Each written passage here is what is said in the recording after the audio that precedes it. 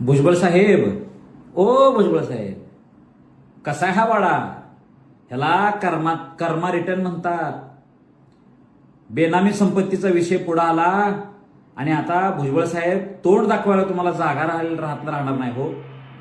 भुजबळ साहेब, एक दोन लोकांनी खाडाखोड केलेलं कागद दाखवून त्याच्यावरनं तुम्ही बघा मराठे कशा पद्धतीनं खोट्या जातीन कुणबी नोंदी मिळवत आहेत, कशी खाडाखोड केलेली चालली आहे असं म्हणून तुम्ही आमच्या पूर्ण जातीला बदनाम करायचा प्रयत्न केला. तुम्ही केला, त्या पंकजाताईंनी केला. आमचं म्हणणं होतं की जर कुणी खोटं केलं असेल तर त्याच्यावर कारवाई करा, बिनदिक्कत करा. पण भुजबळ साहेब, तुम्ही त्या खाडाखोडीवरनं आमच्या जातीला बदनाम केला हो. आता तुमच्या बेनामी संपत्तीच्या वरनं तुमच्या जातीला बदनाम करणं योग्य होईल का हो? तुम्ही कुणाच्या तरी मुंडी मुरगळूनच ही संपत्ती मिळवली ना. बेनामी संपत्ती म्हणजे काय असते? कुणाला तरी फसवूनच केलेला असेल ना, कायद्याची मोडतोड करूनच केलेला असेल ना, मंत्रिपदाचा गैरफायदा घेऊनच तुम्ही हे सगळं केलेलं आहे ना. तुम्ही हे चांगल्यानं कमवलेलं नाही.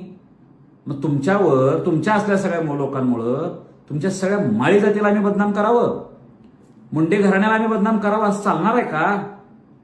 काय आमच्या समाजाची तुम्ही बदनामी लावली होती? ही तळतळाट आहे, हे तुमच्यावर यायला लागले, लक्षात ठेवा. हे कर्मा तुमच्या डोक्यावर बसणार आहे, मानगुटावर बसणार आहे. आम्ही निस्पृह पद्धतीनं लढायला लागलोय. स्वतःच्या जातीचा हक्क आणि अधिकार मिळवण्यासाठी आम्ही लढतोय. आणि तुम्ही लोक प्रत्येक वेळेस खोडा घालताय, प्रत्येक वेळेस काहीतरी उणीव काढून बोट घालून वास घ्यायचा प्रयत्न करता. अरे संविधान आम्हाला द्यायला बसलेला तुम्ही अडवणारे कोण? म्हणून माझी भुजबळ साहेबांना एक विनंती आहे की तुम्ही अशा पद्धतीनं दिशाभूल करू नका. आणि माझी ओबीसी समाज बांधवांना सुद्धा विनंती आहे, हे जे काही भ्रष्टाचारी राजकारणी आहेत यांची पापं झापण्यासाठी ते ओबीसींचे मसिहा म्हणून सगळ्या समाजासमोर फिरायला लागलेले आहेत, लक्षात ठेवा. दुसरी गोष्ट, काही लोकांना मराठ्यांचा विरोधक म्हणून राजकारण करायचं आहे म्हणून ते तुमच्या आमच्या विरोधात बोलायला लागलेले आहेत. त्यांच्या मनामध्ये ओबीसींचं हित, बहुजनांचं हित अजिबात नाही. म्हणून मराठा जातीला जरी कुणी प्रश्न केला तरी तुम्ही लक्षात घ्या, आम्ही कधी वाल्मिक कराडसारखं आम्ही कधी जात म्हणून आमच्या कुठल्याही गुन्हेगाराचं रक्षण केलेलं नाही, आधार दिलेला नाही, आश्रय दिलेला नाही.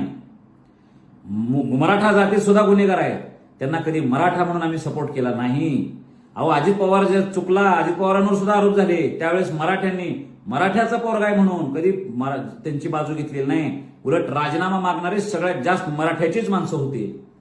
म्हणून जात म्हणून ह्या भ्रष्टाचारांचा तुम्ही आडपडदा होऊ नका. ही पाप झापायचं काम सगळ्या समाजाच्या आडून करतायत. अरे हजारो वर्ष तुम्ही आणि